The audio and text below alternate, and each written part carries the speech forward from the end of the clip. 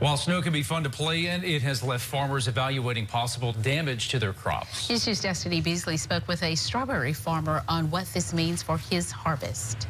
Farmers like Joey Liuza were already preparing for the Arctic blast, but with this added snowfall, he's unsure how this strawberry harvest will look. The fact that we got snow is something, it's a curveball that we're not, cannot be prepared for. And really there's no way to prepare for it.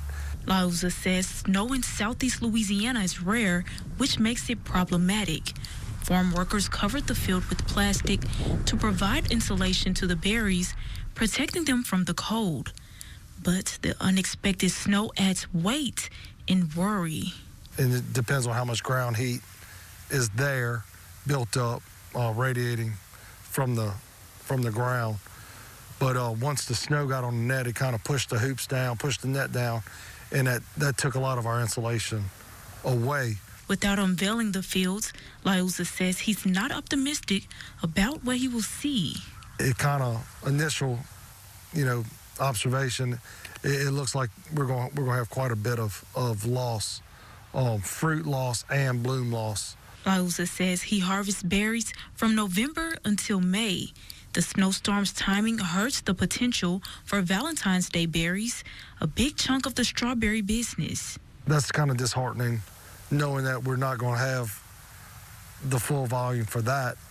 And we just got to wait and see actually how much we're going to have. And now he's trying to rebound from what he says is a 4-week harvest loss. He says he'll have berries just in time for the Strawberry Festival. There'll be some berries coming out. It will not be near what it could have been or was going to be had we not had this.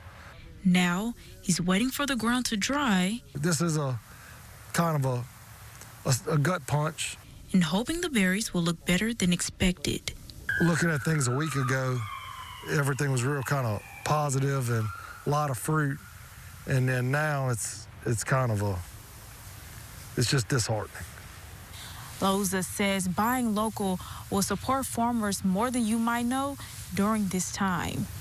In the meet, Destiny Beasley, WBRZ News 2.